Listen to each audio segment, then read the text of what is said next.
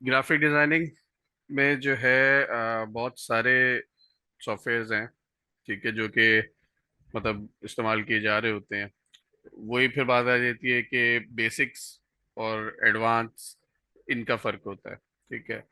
आप graphic designing का अगर सबसे बेसिक सॉफ्टवेयर देखा जाए तो वो हमारा जो एम एस पेंट है, जो हर सिस्टम के अंदर अवेलेबल होता है, वो एक सॉफ्टवेयर है जो कि मतलब ग्राफिक डिजाइनिंग को रिप्रेजेंट कर रहा होता है। ठीक है, वो सबसे बेसिक सॉफ्टवेयर है। अच्छा, इसके बाद फिर आप एडवांस जैसे जैसे अपग्रेड होते जाते हैं। ठीक है, फिर क्योंकि वेक्टर रास्टर का भी सीन आता है, और फिर इस तरीके से फिर सॉफ्टवेयर जो हैं वो थोड़े थोड़े से स्प्लिट होना शुरू हो जाते हैं। ठीक है। अच्छा, हमारे यहाँ पे जो यूज होने वाले सॉफ्टवेयर्स हैं ग्राफिक डिजाइनिंग के अंदर वो इलिस्ट्रेटर है, फोटोशॉप है, लाइट रूम है, फ्री हैंड है, कोरल ड्रॉ है। इसके अलावा एक दो और सॉफ्टवेयर्स हैं, फिलहाल मेरे जहन में नहीं है। तो ये मतलब कुछ मल्टीपल सॉफ्टवेयर्स हैं जिनके ऊपर ग्राफिक डिजाइनिंग हमारे यहाँ पे हो रही है। लेकिन इसमें जो सबसे ज़्यादा मशहूर सॉफ्टवेयर्स हैं और जो इजी टू यूज़ हैं और यूज़र फ्रेंडली बहुत हैं और बहुत मतलब वर्सेटाइल सॉफ्टवेयर्स हैं, जो वो हमारे पास हैं एडोबी के सॉफ्टवेयर्स। ठीक है, जो कि इलिस्ट्रेटर आता है और फोटोशॉप आता है। अब अगर एक सवाल है सिंपल सा कि इलिस्ट्रेटर भी ग्राफिक डिजाइनिंग का सॉफ्टवेयर है और फोटोशॉप भी ग्राफिक डिजाइनिंग का सॉफ्टवेयर है, तो इनमें डिफरेंस क्या हुआ? ठीक है, जो चीज़ हम इलिस्ट्रेटर पे बना रहे होते हैं वही चीज़ हम फोटोशॉप पे भी बना सकते हैं, जो चीज़ फोटोशॉप पे बना रहे होते हैं वही चीज़ हम इलिस्ट्रेटर पे भी बना रहे होते हैं। ठीक है, तो इनमें फ़र्क क्या है और ये दोनों चीज़ें सीखना ज़रूरी क्यों है? ये बेसिकली ऐसा है कि जब हम ग्राफिक डिजाइनिंग के एडवांस स्टेप पे जा रहे होते हैं, ठीक है, इसमें हमारे पास वेक्टर और रास्टर का जो है ना, दो किस्म के हमारे पास फॉर्मेट्स आते हैं।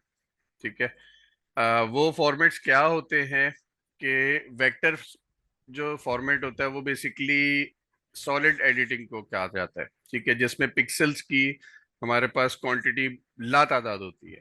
ठीक है, कोई भी शेप आप बनाते हैं वो पिक्सेलेट नहीं होती। वो मतलब ऐसे ही जैसे आप कोई इमेज देखते हैं तो उसमें वो पिक्सेलेशन आ रही होती है, वो चीज़ नहीं आ रही होती जो वेक्टर फॉर्मेट होता है। ठीक है, लेकिन जो रास्टर फॉर्मेट होता है वो पिक्सेलेशन की तरफ जाता है, क्योंकि वो एक लिमिटेड पिक्सल से बना हुआ होता है, जिसकी वजह से जूम करने के ऊपर वो चीज़ फट रही होती है, उसके अंदर के पिक्सल शो हो रहे होते हैं। ठीक है, जैसे अगर आप अपनी कोई भी इमेज कैप्चर करते हैं तो उसको अगर आप जूम करके देखते हैं तो आपको अचानक वो ब्लरनेस होना शुरू, ब्लर ब्लर सी होना शुरू हो जाती है, या उसमें ऐसे छोटे छोटे से चेक बॉक्सेस नजर आना शुरू हो जाते हैं। तो वो बेसिकली पिक्सेलेशन होती है। लेकिन अगर आप वेक्टर फॉर्मेट पे हो तो वेक्टर फॉर्मेट के ऊपर पिक्सेलेशन नहीं होती। ठीक है। अच्छा, इमेज का जो फॉर्मेट होता है बेसिकली वो है ही रास्टर फॉर्मेट। ठीक है, तो रास्टर फॉर्मेट पे जो है वो पिक्सेलेशन एक नॉर्मल सी चीज है। तो ये मेन डिफरेंस है फोटोशॉप का और इलिस्ट्रेटर का, कि इलिस्ट्रेटर जो है वो बेसिकली वेक्टर सॉफ्टवेयर है, और जो फोटोशॉप है वो रास्टर सॉफ्टवेयर है। ठीक है, हम पहले स्टार्ट करेंगे इलिस्ट्रेटर से। ठीक है, इलिस्ट्रेटर से जब हम, अब इसमें मैं थोड़ी सी अगर डिफरेंसिंग कर दूं कि जो मेजर डिफरेंसिंग आती है, एक तो वेक्टर वेक्टर और रास्टर की आती है। सेकंड जो मेन वो मतलब इसके जो डिफरेंस आता है वो है इलिस्ट्रेटर का जो काम है बेसिकली वो एडवर्टाइजिंग साइट पे काम करना। ठीक है, टेक्स्ट वगैरह का काम करना, ये जो हम विजिटिंग कार्ड्स वगैरह बनाते हैं, एडवर्टाइजिंग स्टफ जो होता है जैसे ब्रोशर्स हो गए, फ्लायर्स हो गए, ये बिल्ड बोर्ड डिजाइनिंग जो होती है, बड़े डिजाइनिंग पे जो काम कर रहे होते हैं। ठीक है, बुकलेट्स वगैरह बनाना, बुक वगैरह के जो कवर्स होते हैं वो चीज़ें बनाना, ये इसका साइड है। फिर लोगोज जो बन रहे होते हैं, क्योंकि लोगो हमें बहुत हाई क्वालिटी के चाहिए होते हैं। जब हम फर्म्स वगैरह के अंदर काम करते हैं तो बहुत हाई एंड क्वालिटी हमें चाहिए होती है लोगों की। तो वो लोगों की जो डिजाइनिंग चल रही होती है वो सारी इलिस्ट्रेटर के ऊपर चल रही होती है। ठीक है, अब ऐसा नहीं है कि फोटोशॉप के ऊपर ये चीजें बन नहीं सकती, बन सकती हैं, लेकिन उस पर पिक्सल की कंट्रोलिंग जो होती है ना वो थोड़ा सी मुश्किल होती है। ठीक है, इस वजह से हम वेक्टर पे ये चीजें बनाते हैं।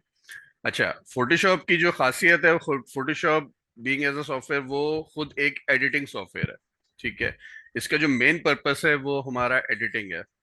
जैसे फोटो मैनिपुलेशन होती है, इमेज मैनिपुलेशन जिसको बोलते हैं। इसके अलावा जो फोटो एडिटिंग होती है, आपने देखा होगा कलर कंट्रास्ट से जो खेलते हैं, दो तीन बैकग्राउंड्स को मर्ज करके एक अच्छी सी खूबसूरत सी एक इमेज निकालते हैं। आपने अक्सर बैकग्राउंड्स देखे होंगे जिसमें आसमान अलग है जो पांच छह एलिमेंट्स को मिला के जो एक तस्वीर बनाई हुई होती है। तो इस तरीके के काम जो होते हैं, प्लस ब्रश की एडिटिंग इसके अंदर जो होती है, क्योंकि पिक्सल्स का काम है, तो पिक्सल्स तो हमारे पास हम उसके उसको लिमिट में रह के खेलना उसके साथ जो है वो फोटोशॉप पे बहुत इजी हो जाता है। वो चीजें हम इलिस्ट्रेटर पे नहीं कर सकते, ठीक है। लेकिन इस इलिस्ट्रेटर अपनी जगह पे सॉलिड आइटम रखता है अपने पास, इसी तरीके से फोटोशॉप अपनी जगह पे जो है वो एक मार्केट प्लेस रखता है, ठीक है। आप इन दोनों सॉफ्टवेयर्स को कंपेयर नहीं कर सकते आपस में कि भाई इसमें ये चीज़ है तो उसमें भी वो चीज़ है, और मतलब ये चीज़ इसमें अच्छी है तो वो चीज़ उसमें अच्छी है, ये चीज़ नहीं कर सकते हम, ठीक है। दोनों की अपनी अपनी खासियतें, अपने अपने मेजर कैरेक्टर्स हैं दोनों के, ठीक है। अच्छा, स्टार्ट हम करेंगे फोटोशॉप इलिस्ट्रेटर से, ठीक है।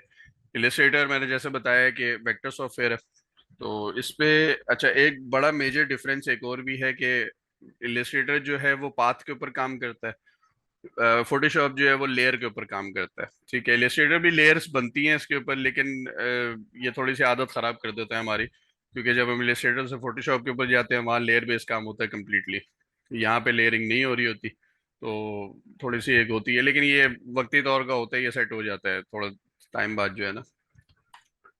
अच्छा, इलिस्ट्रेटर में आप ये जब खोलेंगे इलिस्ट्रेटर तो ये इस तरीके का इंटरफेस आएगा आपके पास, ठीक है। राइट साइड पे भी ये कुछ टूल्स हैं, ठीक है। लेफ्ट साइड पे भी ये कुछ टूल्स हैं इसमें, ठीक है। ऊपर नॉर्मल सॉफ्टवेयर की तरह फाइल एडिट, ये वो इसके जो ऑप्शंस हैं कुछ, वो ये सारे ऑप्शंस हैं इसके, ठीक है। इसी तरीके से यहाँ पे एसेंशियल्स हैं, इसका मैं अभी बताता हूँ थोड़ी देर में क्या करता है ये, ठीक है। सिंपल फाइल, न्यू, ठीक है। कोई भी डॉक्यूमेंट लेने के लिए, कोई भी नया पेज हमें खोलने के लिए, बेसिकली इसमें आर्ट बोर्ड्स होते हैं, ठीक है। जैसे हम वीडियो एडिटिंग का काम कर रहे थे तो वीडियो एडिटिंग में हम सीक्वेंस क्रिएट कर रहे थे, तो इसके अंदर हम आर्ट बोर्ड क्रिएट करते हैं, ठीक है। Art board means art work के नाम से आप लोगों को पता होगा कि हम लोग आर्ट वर्क कोई भी बना रहे होते हैं तो वो एक आर्ट वर्क का एक एरिया होता है जिसके ऊपर हम काम कर रहे होते हैं, तो इसी तरीके से इसमें उसको आर्ट बोर्ड कहलाता है, ठीक है। तो आर्ट बोर्ड सेलेक्ट करने के लिए, आर्ट बोर्ड बनाने के लिए हमारे पास ये डॉक्यूमेंट आ रहा है। अच्छा, इस डॉक्यूमेंट के अंदर सबसे पहले तो आप देखेंगे कि यहाँ पे नेम टाइटल आ रहा है, ठीक है। आप कोई भी नाम दे दें उसको, जो भी आप प्रोजेक्ट बनाने जा रहे हैं, जैसे फर्ज करो कुछ भी XYZ कुछ भी आप बनाने जा रहे हैं, तो वो उसका नाम आप यहाँ पे दे दें। अच्छा, तो नीचे आप देखेंगे यहाँ पे प्रोफाइल पे, ठीक है। प्रोफाइल पे यहाँ पे बहुत सारी चीजें हमारे पास आ रही हैं, जैसे प्रिंट आ रहा है, वेब आ रहा है, डिवाइसेस आ रही है, वीडियो फिल्म आ रही है, और बेसिक RGB आ रहा है यहाँ पे, ठीक है हमारे पास। अच्छा, प्रिंट बेसिकली, अब मैं आपको एक थोड़ी सी इसकी जो है ना एक मतलब थ्योरी टाइप की चीज बता रहा हूँ कि हमारे यहाँ पे बेसिकली दो किस्म के मीडियाज चलते हैं, ठीक है। एक हमारा चलता है प्रिंट मीडिया, एक हमारा चलता है वेब मीडिया, जैसे मैंने पहले भी वीडियो एडिटिंग के कोर्स में भी बताया था, ठीक है। तो प्रिंट मीडिया पे हमारे पास CMYK चल रहा होता है, और जो वेब मीडिया होता है उसके ऊपर हमारे पास RGB चल रहा होता है। अब ये CMYK और RGB, ये दो चीजें क्या चीजें, बेसिकली सियान, मैजेंडा, येलो और ब्लैक, ठीक है। ये CMYK बनता है। के मींस ब्लैक का जो के है वो लिया हुआ है इन्होंने, बेसिकली ये हमारी जो ग्राफिक डिजाइनिंग जहाँ से आई है वहां पे इसको कैप्टॉन के नाम से बोलते हैं, तो कैप्टॉन का के लिया हुआ बेसिकली इन्होंने ब्लैक की जगह पे, ठीक है।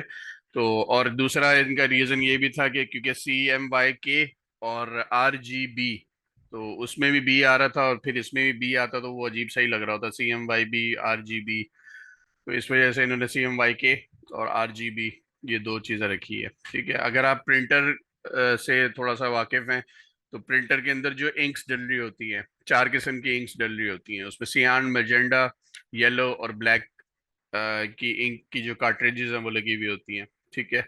अच्छा, ये कलर्स बेसिकली सेकेंडरी कलर्स कहलाते हैं CMYK। हमारे जो प्राइमरी कलर्स हैं वो RGB हैं, ठीक है, रेड, ब्लू और ग्रीन, ठीक है। वो कलर वो वाइट कलर हैं जिनको बनाया नहीं जा सकता, ठीक है, उनसे ये कलर निकलते हैं, सियान भी निकलता है, मैजेंडा भी निकलता है, येलो निकलता है, ब्लैक निकलता है, ये सारे उन्हीं कलर से निकले हुए हैं। वो प्राइमरी कलर्स आते हैं, ये सेकेंडरी कलर्स आते हैं CMYK, ठीक है।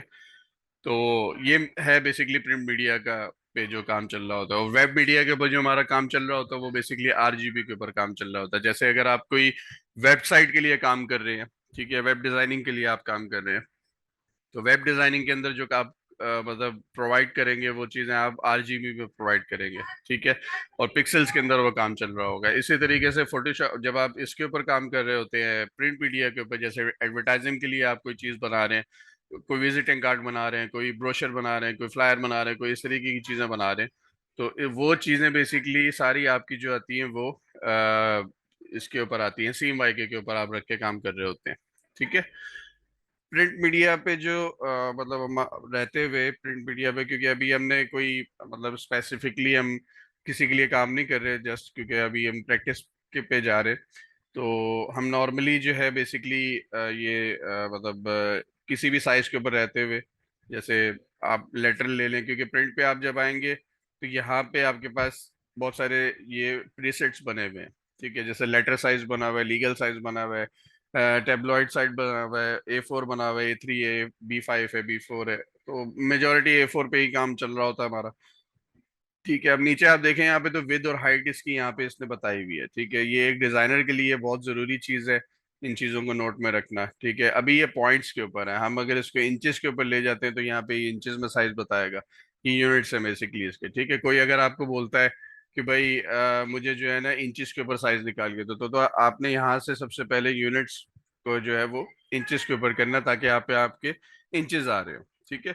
इसी तरीके से पिक्सल्स है, पिकास है, मिलीमीटर है, सेंटीमीटर है यहाँ पे, ठीक है। तो ये मल्टीपल मतलब इसकी जो यूनिट्स हैं जिसके ऊपर हम काम करते हैं आगे जाके, जिसके ऊपर हम काम करेंगे, ठीक है। जैसे अगर स्पेसिफिकली विजिटिंग कार्ड की मैं बात करूँ, तो विजिटिंग कार्ड जो होता है उसका साइज विड्थ के अंदर जो होता है वो 3.2 होता है, ठीक है। हाइट के अंदर वो 2.2 होता है, ठीक है। 3.5 2.2 ये इसका मतलब एक स्टैंडर्ड जो साइज है। तो अगर मैं मुझे इंचेस के ऊपर वो रखना है तो मैं इंचेस के ऊपर को सेट करूंगा, यहाँ पे लाके मैं उसका साइज लिखूंगा और उसको फिर ओके कर दूंगा, तो ये मेरे पास बिल्कुल इसी साइज की मेरे पास आर्ट बोर्ड आ जाएगा, ठीक है। लेकिन अभी फिलहाल के लिए हम A4 को इससे सेलेक्ट रखते हैं और A4 के ऊपर जाने देते हैं। अच्छा, यहाँ पे जो है ओरिएंटेशन आ रही है, मीन्स कि आपको लैंडस्केप पे रखना है या पोर्ट्रेट पे रखना है, ठीक है। जो जिसको भी आप क्लिक करेंगे यहाँ पे देखें इसके जो ओरिएंटेशन है वो चेंज हो रही है, ठीक है। जो साइज है वो रिवर्स हो रहा है आपस में, तो ये लैंडस्केप है, ये जो है पोर्ट्रेट है,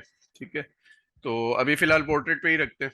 अच्छा, ये ब्लीडिंग एरिया है, ये अभी फिलहाल काम नहीं आएगा, ये जब हम प्रिंटिंग की बात करेंगे और जो एडवर्टाइजिंग की चीजें बनाएंगे उसमें ये ब्लीडिंग ब्लीडिंग स्पेस आता है। बेसिकली ब्लीडिंग स्पेस कहलाता क्या है, आपने पेपर देखा होगा कोई भी अखबार देख लें, कोई भी जो मैगजीन होते हैं वो आप उठा लें, तो उसमें आप देखें कि थोड़ा सा एरिया छोड़ के जो है फिर राइटिंग हुई हुई होती है चारों तरफ से, पेपर का जो चारों तरफ का एरिया होता है उसमें जो मतलब थोड़ा सा गैप दे के फिर टाइपिंग हुई हुई होती है, या कोई भी डिजाइन बना हुआ होता है, या कोई भी जो मतलब आर्टिकल लिखा हुआ होता है उसके ऊपर, तो वो बेसिकली जो एरिया छोड़ा हुआ होता है ना वो ब्लीडिंग स्पेस कहलाता है।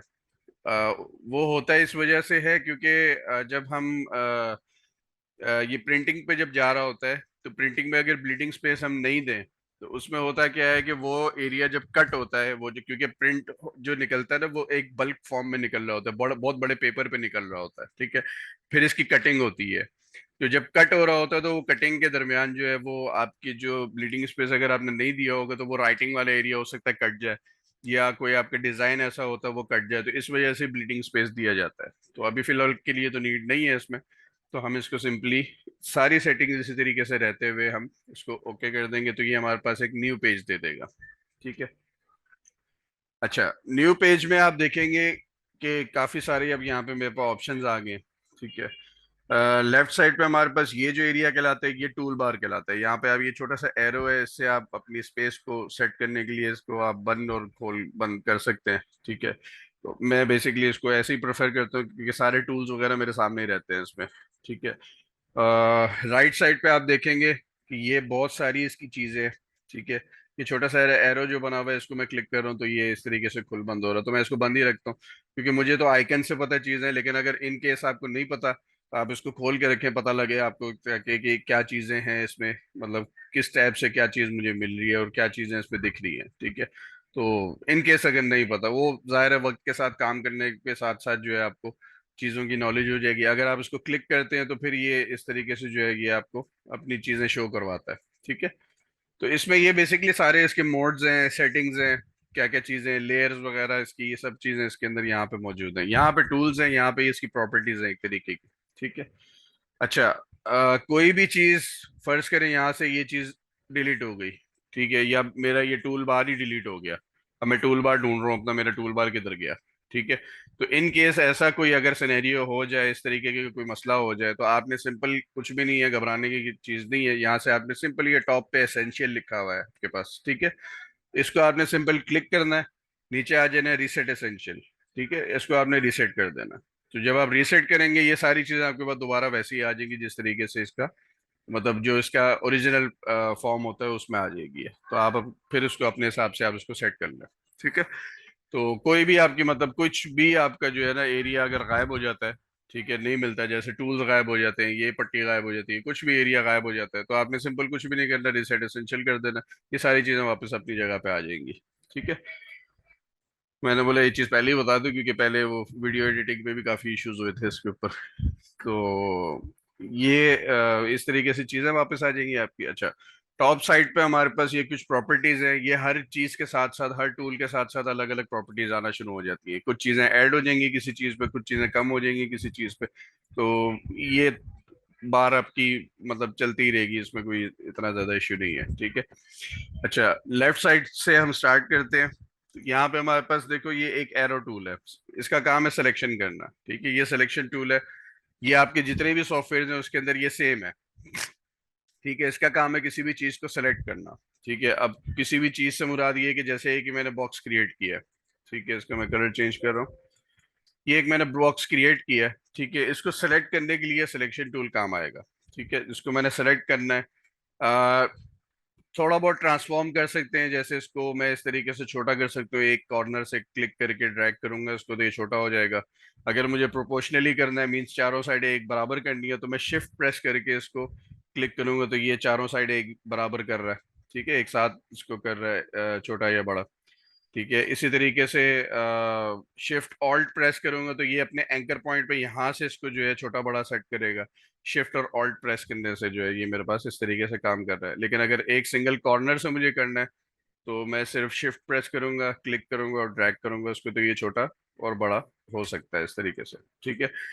अभी मेरे पास क्योंकि ये नया वर्जन डला हुआ है, मैं 17, मेरा ख्याल है 18 मेरे पास यूज हो कर रहा हूँ, तो मेरे पास ये एक ऑप्शन आ रहा है इसमें। ठीक है, ये मतलब एजेस को कर्व करने के लिए जो ये एक ऑप्शन आ रहा है, लेकिन ये आप लोगों के पास नहीं आ रहा होगा क्योंकि आप CS6 यूज करेंगे, तो CS6 में ये ऑप्शन नहीं है। ठीक है, आपके पास सिंपल ये बाउंडिंग बॉक्स बने हुआ आएगा, ये वाला जो बॉक्स है ये बना हुआ आएगा, तो इसमें कोई वो मसला नहीं है कि आपके पास ये चीज़ नहीं हो पाएगी। उसके लिए हमारे पास दूसरा एक टूल है जो कि हम यूज़ करेंगे इसके ऊपर, और वो चीज़ हो जाएगी। ये इन्होंने क्योंकि लेटेस्ट वर्जन के अंदर ये थोड़ी सी आसानी कर दी है इन्होंने, कि यहीं से ही जो है हम इसको कंट्रोल कर सकते हैं। ठीक है। तो सिलेक्शन टूल का काम किसी भी ऑब्जेक्ट को सेलेक्ट करना, इधर उधर मतलब रिप्लेस करना, सेट करना, और एक और भी ऑप्शन है इसका कि रोटेट करना। ठीक है, आप थोड़ा सा इसके पीछे माउस लेकर आएंगे यहाँ पे, और इधर से ये देखें तो इसका एक आइकन जो है वो चेंज हो गया है। ठीक है, आपने इसको क्लिक करना है, ड्रैग करना है, तो ये रोटेट हो जाएगा। ठीक है, जैसे अब यहाँ पे आ गया ये, इसी तरीके से यहाँ पे आ गया। लेकिन अगर मुझे बिल्कुल इक्वली रोटेट करना है, जैसे मैं चाह रहा हूँ कि ये बिल्कुल स्ट्रेट हो जाए, तो मैं शिफ्ट प्रेस करके क्लिक करूंगा और इसको रोटेट करूंगा, तो ये बिल्कुल देखें अब ये 45 के एंगल से जो है ये अब रोटेट हो रहा है। ठीक है, तो ये बिल्कुल स्ट्रेट है अब। तो शिफ्ट हमारा जो है बेसिकली काम करता है किसी भी चीज को स्ट्रेट करने के लिए। ठीक है। अच्छा, सिलेक्शन टूल का काम ये हो गया। अच्छा, इसी के साथ आप एक ये देखें कि अब यहाँ पे दूसरा माउस भी है हमारे पास, इसका नाम भी डायरेक्ट सिलेक्शन टूल है। ठीक है, ये भी सिलेक्शन टूल है, वो भी सिलेक्शन टूल है, काम उसका भी यही है, काम उसका भी वही है, लेकिन थोड़ी सी प्रॉपर्टीज में फर्क है उसका। ठीक है, जैसे कि जो सिलेक्शन टूल है उसका काम क्या था, क्लिक करके ड्रैग कर दिया, थोड़ा सा चेंज कर दिया, उसको इधर कर दिया, रोटेट कर दिया, थोड़ा छोटा बड़ा कर दिया, ये इसका मतलब जो सिलेक्शन टूल की प्रॉपर्टीज है। डायरेक्ट सिलेक्शन टूल की प्रॉपर्टीज क्या है, ये ट्रांसफॉर्म नहीं करता। अच्छा, इसकी जो ट्रांसफॉर्मेशन है वो बेसिकली थोड़े से डिफरेंट किस्म की है। ठीक है, अब ये जैसे रोटेट नहीं कर रहा है, देखिए मैं थोड़ा सा माउस पीछे लेकर आ रही हूँ, ये रोटेट नहीं कर रहा है, मतलब इसकी प्रॉपर्टी में रोटेशन नहीं है। इसी तरीके से अगर मैं इसके राइट साइड पे मतलब इसको मतलब इधर करना चाहूँ, तो ये अपने एंकर्स को पकड़ के इस तरीके से इसको मूव तो कर रहा है, लेकिन वो जो एक बाउंडिंग बॉक्स सा बना हुआ रहा था वो चीज नहीं आ रही। इसके थोड़ी सी जो फीचर्स हैं वो चेंज है। इस पे वो आप देखेंगे ये डॉट्स आ रहे हैं बने हुए, ठीक है। इसके बड़े मजे के ट्रांसफॉर्मेशन है। हमारा डायरेक्ट सिलेक्शन टूल बहुत इंपॉर्टेंट टूल है ये, ठीक है। मैं किसी भी शेप को ट्रांसफॉर्म कर सकता हूँ इस टूल से, ठीक है। अब ये स्क्वायर था, स्क्वायर को मैंने ट्रायंगल शेप में तब्दील कर दिया। किस तरीके से किया? डायरेक्ट सिलेक्शन टूल सेलेक्ट किया, आपने ऑब्जेक्ट को सेलेक्ट किया। अब ऑब्जेक्ट के ऊपर आप देखो कि ये छोटे छोटे से ब्लू कलर के पॉइंट्स आ रहे हैं, ये कहलाते हैं एंकर्स, ठीक है। आप इसमें माउस लेके जाएंगे, लिखा हुआ भी आएगा एंकर, ठीक है। अच्छा, एंकर्स का काम क्या होता है? किसी भी चीज को होल्ड करके रखना, ठीक है। जैसे यहाँ पे ये इस पॉइंट को इसने होल्ड किया हुआ है, यहाँ से इस पॉइंट को होल्ड किया हुआ है। तो अगर मैं चाहूं कि इस पॉइंट को इस पॉइंट के करीब लेकर आ जाऊं, ठीक है, थोड़ा सा इस तरीके का टेपर सा शेप बना दूं मैं इसका, तो उसको करने के लिए मैं क्या करूंगा कि इस एंकर पॉइंट को मैं सिलेक्ट करूंगा। तो अब देखो हाईलाइटेड एक है, बाकी हाईलाइट नहीं हुए हुए, ठीक है। तो अब मतलब कि ये है कि इस पॉइंट के ऊपर मेरा काम चल रहा है, ठीक है, या इस पॉइंट के ऊपर मेरा काम चल रहा है। तो इसको मैंने एक बार क्लिक करना है एंकर सेलेक्ट करने के लिए, उसके बाद दोबारा क्लिक करना है इसको, और उसके बाद ड्रैग करूंगा मैं इसको। तो और मुझे जहां पे भी इसको लेके जाना है, जो भी शेप मुझे क्रिएट करना है, मैं वहां तक लेके जाऊंगा इसको, और उस जगह पे लाके उसको छोड़ दूंगा। तो ये इस तरीके से ये शेप बना देगा। अच्छा, दूसरा इसका जो है कि मैं जिस भी एंकर को सिलेक्ट करूंगा उस जगह को ये स्मूथ करेगा। मीन्स कि ये जो छोटा सा डॉट आ रहा है, इसको मैं क्लिक करके ड्रैग करूंगा तो ये स्मूथ करेगा उस एरिया को, मींस गोलाई में तब्दील करेगा, ठीक है। तो अब ये आप देखें कि एक छोटा सा मतलब एक दो टूल से ही मैंने एक शेप क्रिएट कर दिया, जो कि नॉर्मली आपने बहुत सारे डिजाइन के अंदर ये शेप देखा होगा, ठीक है। तो ये बहुत बहुत काम आने वाला टूल है, ठीक है। इसके अंदर मतलब हम एंकर्स को जो है मतलब एडजस्ट करते हैं, सेट करते हैं, शेप क्रिएट करते हैं, नई नई शेप्स क्रिएट करते हैं इस टूल से, ठीक है। बहुत ज्यादा काम आने वाला टूल है ये, ठीक है। अच्छा, डायरेक्ट सिलेक्शन टूल और सिलेक्शन टूल ये दो टूल्स हो गए। अब मैं आ जाता हूँ नीचे, थोड़ा सा जंप कर रहा हूँ। इन टूल्स को मैं दोबारा बताऊंगा क्या क्या चीजें हैं इसके अंदर, क्या क्या कैसे कैसे काम करते हैं, लेकिन स्टेप बाय स्टेप, ठीक है। अभी क्योंकि मैं असाइनमेंट दूंगा, बहुत बेसिक असाइनमेंट होगा, ठीक है। तो उस बेसिक असाइनमेंट के लिए आपको यही टूल्स रिक्वायर्ड होंगे, ठीक है। जैसे ये दो टूल्स आपके लगेंगे, और इसके बाद आपका ये शेप का पैनल लगेगा, ठीक है, पूरा। अच्छा, शेप के पैनल के अंदर बहुत सारी चीजें हैं। अभी मैं सिंपल एक क्लिक कर रहा हूँ उसको, तो सिर्फ मेरे पास ये बॉक्स आ रहा है, ठीक है। लेकिन अगर मैं इसको क्लिक करके दबा के रखूंगा, तो यहाँ पे आप देखेंगे बहुत सारी चीजें मेरे पास यहाँ पे अवेलेबल है, ठीक है। जैसे सिलेक्शन रेक्टेंगल टूल है, उसके नीचे राउंडेड रेक्टेंगल टूल है, उसके बाद इलिप्स है, पॉलीगोनल है, स्टार है, फ्लेयर टूल है, ठीक है। तो इस इन सब टूल्स की अपनी अपनी खासियतें भी हैं, और अपने अपने इसके बनाने के बनावटें भी हैं इनकी, ठीक है। जैसे कि राउंडेड रेक्टेंगल है, एक तो ये सिंपल रेक्टेंगल है, एक आ जाता है फिर राउंडेड रेक्टेंगल। ये इसको मैं जब क्रिएट करूंगा तो ये राउंडेड रहेगा, इसके जो एजेस हैं वो स्मूथ रहेंगे। जैसे कि अभी हमारे लेटेस्ट वर्जन के अंदर इन्होंने ये चीज जो डाल दी है, तो वो बेसिकली हमारा ये राउंडेड रेक्टेंगल कर रहा था पहले। आप लोगों के पास जो चीज होगी वो इसी तरीके से आएगा, ठीक है। तो हम इसके राउंड्स को कम भी कर सकते हैं और बढ़ा भी सकते हैं, ठीक है। जैसे कि इसको मैंने बढ़ा दिया, और इसको मैंने इसके जो राउंड है वो बिल्कुल स्मूथ कर दिए, और इसी तरीके से बिल्कुल एजी भी इसको मैं बना सकता हूँ। अच्छा, एक और भी तरीकेकार है इसको सेट करने का, कि मैं जब इसको क्रिएट कर रहा हूँ, जैसे अभी मैंने इसको बनाया है, क्लिक मैंने अभी छोड़ा नहीं है अपना, ठीक है। मेरी जो एरो कीज हैं, उसको मैं अगर ऊपर की तरफ दबा के रखूंगा तो इसका देखें स्मूथनेस इसकी बढ़ रही है, ठीक है। इसी तरह मैं नीचे के की अगर दबा के रखूंगा तो इसकी स्मूथनेस कम हो रही है, ठीक है। अभी मैंने क्लिक छोड़ा हुआ नहीं है, मैं एरो कीज को दबा के रखा हुआ है, तो ये बिल्कुल स्मूथनेस इसकी खत्म हो गई है। अच्छा, इसी तरह राइट और लेफ्ट अगर मैं प्रेस करता हूँ, जैसे अभी मैं राइट प्रेस करूंगा तो ये बिल्कुल स्मूथ हो गया, और लेफ्ट प्रेस करूंगा तो ये बिल्कुल एजी हो गया। तो ये इस तरीके से भी आप राउंडेड रेक्टेंगल के साथ आप खेल सकते हो। अगर इन केस आपके पास ये चीज नहीं आ रही, तो आप राउंडेड रेक्टेंगल को इस तरीके से भी जब आप क्रिएट कर रहे होते हो उस टाइम पे भी आप इसको यूज कर सकते हैं। आपने जितना भी राउंड रखना है इसको, तो इस तरीके से आप इसको राउंड करके बना सकते हैं। अब मैं अगर आपको मिसाल दूं कि इस मतलब इस राउंडेड से क्या चीज बन रही है, तो मैं आप अगर इसको नोट करें कि छोटा सा अगर मैं इसको ऐसे करके रख देता हूँ यहाँ पे, तो ये एक छोटा सा बटन आपको लग रहा होगा। थोड़ा सा अगर इसके नीचे शेड आ जाए, थोड़ा सा इसके अंदर ग्रेडियंट का इफेक्ट आ जाए, तो ये पूरा एक जैसे उभरा हुआ एक बटन टाइप होता है, ये उस तरीके से ही क्रिएट हो जाएगा। ठीक है, छोटे बटन्स भी बनते हैं, जैसे ये छोटे बटन यहाँ पे नीचे लिखा हुआ, इसके अंदर मैं टेक्स्ट लिख दूँ स्टार्ट का, तो ये स्टार्ट का बटन बन जाएगा। तो ये यूआई यूएक्स का जो काम होता है बेसिकली, ये उसके अंदर काफी हेल्पफुल होते हैं, ये वाले बटन्स जो होते हैं। ठीक है, तो एक ये चीज होगी राउंडेड रेक्टेंगल की। अच्छा, इसी तरह फिर इलिप्स है। इलिप्स मींस सर्कल या ओवल शेप। ठीक है, तो ओवल शेप भी आप क्रिएट कर सकते हैं इससे, और मतलब सर्कल भी कंप्लीट क्रिएट कर सकते हैं अपना जो भी होता है। ठीक है। अच्छा, इलिप्स की और कोई खासियत नहीं है, स्पेशलिटी नहीं है इसके अंदर, क्योंकि ये या तो गोलाई शेप देगा या फिर आपको जो है वो एक ओवल सी शेप देगा। तो ये भी काफी सारी जगहों पे काम आता है। अगर कार्टूनिक क्लाउड्स की अगर मैं बात करूं, तो वो इस तरीके से बने हुए होते हैं, छोटे छोटे। आपने अगर देखे हो इस तरीके से छोटा बड़ा करके, मैं इसको लगा देता हूँ, तो कार्टूनिक क्लाउड्स इससे जो है वो बनते हैं इलिप्स से। ठीक है। अच्छा, फिर उसके बाद आ जाता है हमारे पास यहाँ पे पॉलीगोनल टूल। अच्छा, पॉलीगोनल टूल को क्रिएट करते वक्त आप इसके पॉलीगॉन्स को कम भी कर सकते हैं और ज्यादा भी कर सकते हैं। किस तरीके से? आपने क्लिक किया, ड्रैग किया इसको, ठीक है, एरो कीज से मैं इसके शेप के अंदर पॉलीगॉन्स ऐड भी कर सकता हूँ, और इससे इसको मैं बिल्कुल एक परफेक्ट ट्रायंगल भी क्रिएट कर सकता हूँ इससे। ठीक है, जैसे ये परफेक्ट ट्रायंगल मेरा क्रिएट हो गया। इसी तरीके से अगर मैं इसको बढ़ाता रहूंगा, इसके एरो कीज ऊपर की मैं प्रेस करता जाऊंगा, तो इसके अंदर पॉलीगॉन्स ऐड होते जाएंगे। ठीक है, तो ये हेक्सागोनल और बहुत सारी मतलब इसके अंदर शेप्स इस पे क्रिएट हो जाएंगे, और ये बनता जाएगा। ठीक है। अच्छा, फिर उसके बाद हमारे पास यहाँ पे आ जाता है स्टार टूल। ठीक है, मैं यहाँ पे पॉलीगोनल एक बना के रख ही देता हूँ।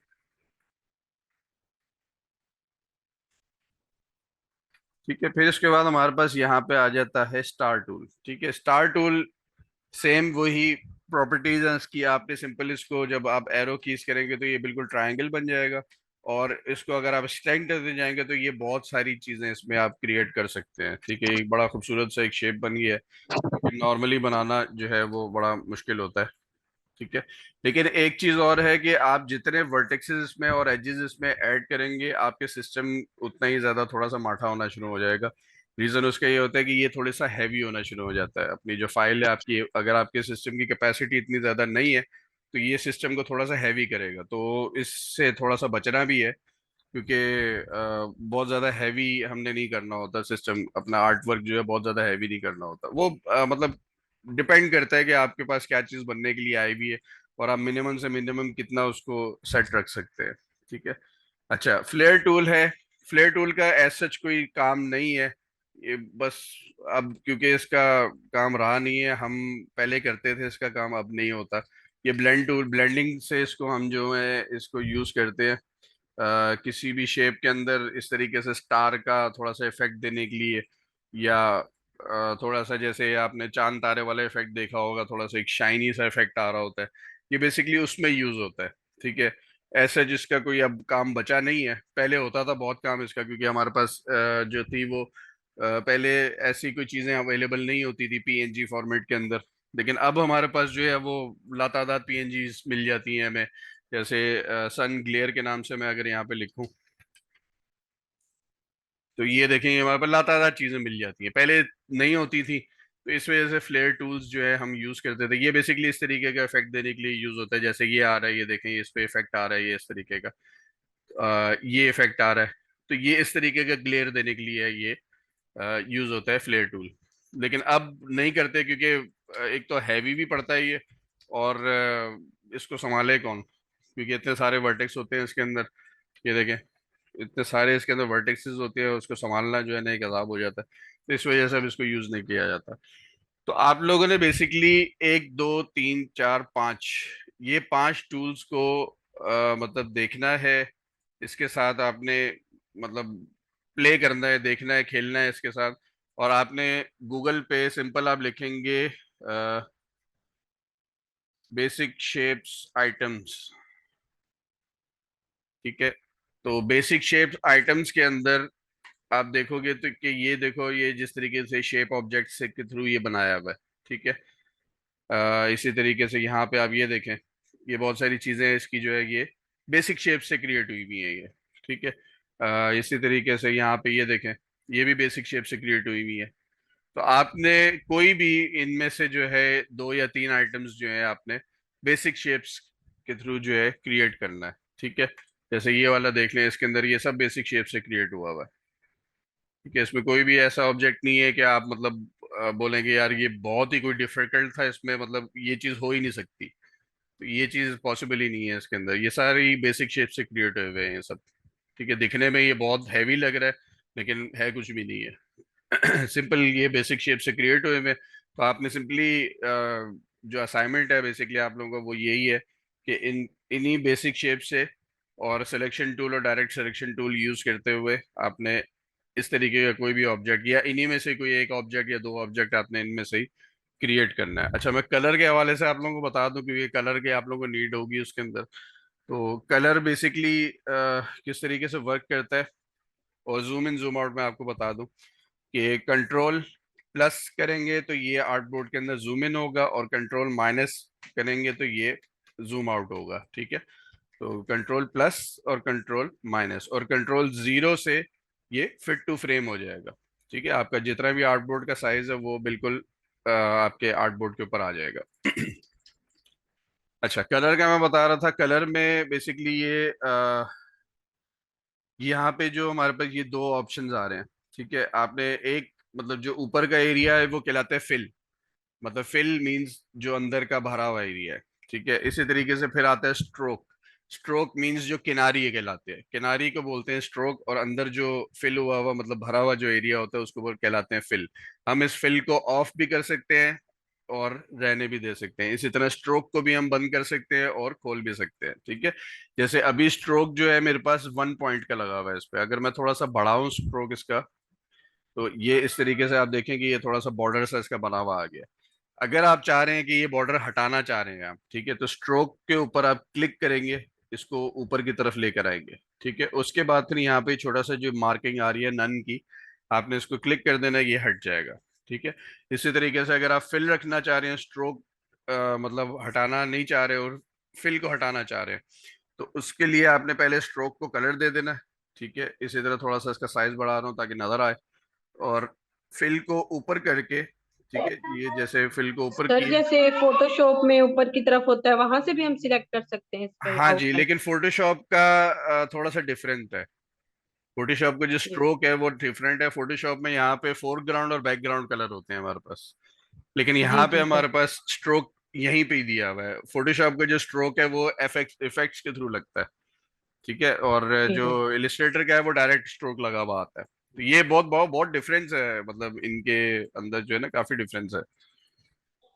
जी ठीक है, तो आपने अगर फिल ऑफ करना है इसका, तो आपने फिल को ऊपर रखते हुए यहाँ पे जो है आपने नन को क्लिक कर देंगे तो फिल गायब हो जाएगा। अगर फिल में पेंट डालना है आपने, तो आपने सिंपल यहाँ पे ये जो कलर आ रहा है इस जगह पे आपने क्लिक कर देना, तो आपका ये कलर आपका वापस आ जाएगा। अब कलर चेंज करना है अगर आपने, तो फिल का कलर यहाँ से आप डबल क्लिक करेंगे, कोई भी यहाँ से कलर आप दे दें, जिस तरीके से नॉर्मल कलर पैलेट खुलता है ये वही चीज़ है। डबल क्लिक करें, कोई भी कलर आप इसको चेंज करना चाहें चेंज कर दें। ठीक है, इसी तरह स्ट्रोक का कलर चेंज करना चाह रहे हैं, तो स्ट्रोक के ऊपर आप डबल क्लिक करेंगे, और फिर उसके बाद स्ट्रोक का आप कलर यहाँ से चेंज कर दें, तो ये तो बिल्कुल ब्लेंड ही हो गया, नजर ही नहीं आ रहा। तो ये स्ट्रोक का। अच्छा, इन सब चीज़ों के लिए, कलर चेंजिंग के लिए खास करके आपका ऑब्जेक्ट सेलेक्ट होना जरूरी है। ठीक है, क्योंकि जब आप काम कर रहे होते हैं तो मल्टीपल ऑब्जेक्ट्स के ऊपर काम कर रहे होते हैं। तो जिस ऑब्जेक्ट का आपने कलर चेंज करना है, जैसे फर्स्ट करें मैंने इसका चेंज करना है, तो आपने इसको पहले सेलेक्ट करना है।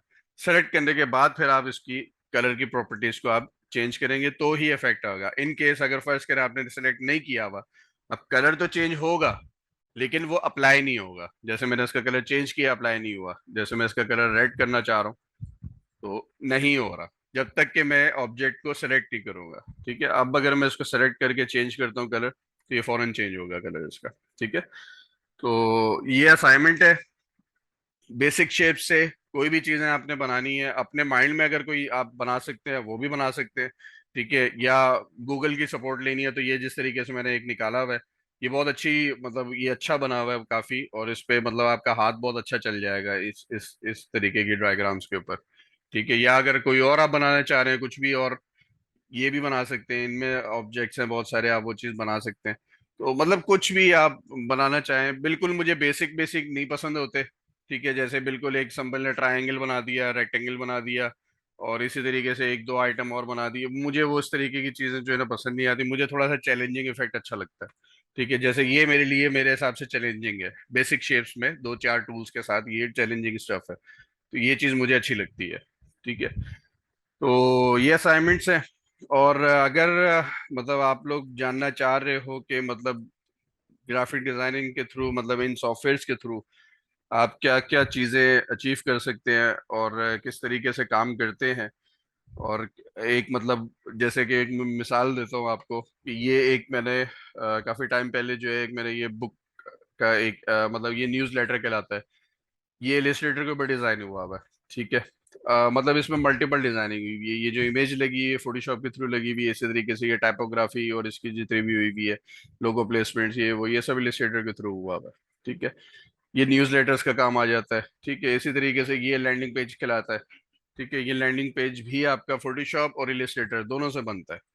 ठीक है, ये लैंडिंग पेज होता है, आप जो वेबसाइट अपनी देख रहे होते हैं वो इस शक्ल में सबसे पहले डिजाइनर के पास से जाती है। ठीक है, तो इसके अंदर ये आप देखेंगे ये काफी सारी इसमें जो है वो इंफॉर्मेशन और पता नहीं मतलब लातादार चीजें आ रही होती हैं इसके अंदर। तो इसको मतलब इस साइज का पहले तो सब सेट करना है, ये देखें आप काफी लंबा पेज है ये। ठीक है, और इसको मतलब यूटिलाइज करना है इसको अंदर। ठीक है, तो और भी बहुत सारी चीजें, फिर इसके बाद आप यहाँ पे देखें ये फोटो मैनिपुलेशन है। ठीक है, ये मैंने की थी। ये इमेज मैनिपुलेशन है बेसिकली, इसमें मतलब बहुत सारी मल्टीपल कैटेगरीज की चीजें इसमें यूज हुई हुई है। जिस तरीके से मैं अगर आपको ये मतलब ब्रेक डाउन करके दिखाऊं इसका, तो आप ये देखेंगे जो लड़की बैठी हुई है इस मतलब पिक्चर के अंदर, वो ये बेंच पे बैठी हुई है, इसको पहले इस तरीके से इस फॉर्म में लेकर आया पीएनजी फॉर्म के अंदर, और उसके बाद फिर उसको मैंने उस एरिया में डाला। फिर इसके बाद जो इसके ऊपर जो वेव आ रही है वो वेव यहाँ से आ रही है। जो सी के अंदर का इफेक्ट है वो यहाँ से मतलब पिक हुआ हुआ है, ये जो नीचे जो रॉकी सा एरिया है वो ये पिक हुआ हुआ है। जो ये माउंटेन के ऊपर जो छोटा सा पार्ट है, आप अगर नोट करें तो वो यहाँ पे ये पार्ट है वो ये रहा, ये पार्ट जो है वो माउंटेन के पार्ट आ रहा है। इसी तरीके से नीचे टर्टल बैठा हुआ है वो ये रहा। ठीक है, जो बर्ड्स उड़ रहे हैं वो ये इस तरीके से बर्ड्स हैं इसके अंदर। तो ये बेसिकली इमेज मैनिपुलेशन कहलाती है। ये मल्टीपल, ये जो ट्री था वो ये ट्री है इसके अंदर, तो ये इमेज मैनिपुलेशन कहलाती है। ठीक है, इसके अंदर मतलब हम फोटोशॉप के अंदर डिजिटल पेंटिंग भी करते हैं, ये डिजिटल पेंटिंग हुई भी है खान साहब की, मैंने बनाई थी डिजिटल पेंटिंग। ये बेसिकली वैकॉम से भी होती है और माउस से भी क्रिएट होती है, तो लेकिन माउस से थोड़ा सा डिफिकल्ट होता है, आपका हाथ जो है ना वो काफी पेन करना शुरू कर देता है। लेकिन जो वैकॉम होता है उससे जो है वो पेन की शक्ल में होता है, तो वो बहुत इजी होता है उसको मतलब क्रिएट करना। ठीक है, इसी तरीके से अब ये आप अगर देखें तो यहाँ पे ये मल्टीपल पोस्ट्स हैं जो कि आप मल्टीपल साइट्स के लिए आप काम करते हैं जब, तो ये आप बनाते हैं, ये सब आपकी डिजाइनिंग के अंदर काम आता है। ये जैसे स्टिलमेंट्स का काम किया हुआ मैंने, ईद मुबारक की पोस्ट बनाते हैं, अभी वैसे भी रमजान का सेशन चल रहा है। ठीक है, ये इस तरीके की हर्बल सॉल्यूशंस के और मल्टीपल मतलब इसमें जो है वो काम जो है आप इसमें कर सकते हैं और अच्छा अर्न कर सकते हैं इस पे। ठीक है, क्योंकि जाहिर है आप सीख ही रहे हैं, वो इसी पर्पस के लिए सीख रहे हैं कि अर्निंग हो। ठीक है, तो ये सब बेसिक शेप्स जो मल्टीपल टूल्स हैं इसके अंदर, टेक्स्ट हो गया, इन्हीं चीजों को फॉर्म करते हुए ये सारी चीजें आप अचीव करते हैं इसके अंदर। ठीक है, ये कुछ मेरा काम है, मैंने जो काम किया हुआ था इसके अंदर। अच्छा, फिर मैं आपको एक मजे की चीज बताऊं, एनिमेशंस में भी इसका काम होता है। ठीक है, जैसे कि एक मैं आपको एक मिसाल देता हूँ, ये जो एक एनिमेशन है। ठीक है, अब इसके अंदर जो ये जो तीन इसकी जो फाइल्स बनी हुई है जो, ये सब ग्राफिकली आ रहा है। ठीक है, इसमें जो आप ये एलिमेंट्स देखें तो ये आपको बेसिक शेप्स अभी जो मैंने करवाया है वही चीज आपको दिख रही होगी इसके अंदर। ठीक है, ये वही चीजें हैं। ये देखें टेक्स्ट का जो फॉर्मेट आ रहा है, ये जो डिजाइन आ रहा है बेसिकली डिजाइन इलिस्ट्रेटर के थ्रू ही निकला हुआ है, फोटोशॉप के थ्रू ही निकला हुआ है ये। ठीक है, तो एनिमेशंस में भी इसका काम होता है, एक एनिमेशन इस तरीके की होती है, एक एनिमेशन जो है वो कुछ इस तरीके की होती है। ठीक है, जैसे कि अब इसमें आप ये देखें ये जो मैप बना हुआ है ये कटआउट मैप का जो है ये ग्राफिक्स के थ्रू आया है। ठीक है, ये जो पार्ट आया है ये ग्राफिक्स के थ्रू आया है, आइकन्स बने हुए हैं इसके अंदर। ठीक है, तो ये सब आपका ग्राफिकली आता है, ये ग्राफिकली आया हुआ है, ये मैप हमारा ग्राफिकली है। अच्छा, ये हाउसेस जो है ये ग्राफिकली निकले हुए हैं सारे। ठीक है, तो एनिमेशंस में भी जो है हमारा इसका काम चल रहा होता है,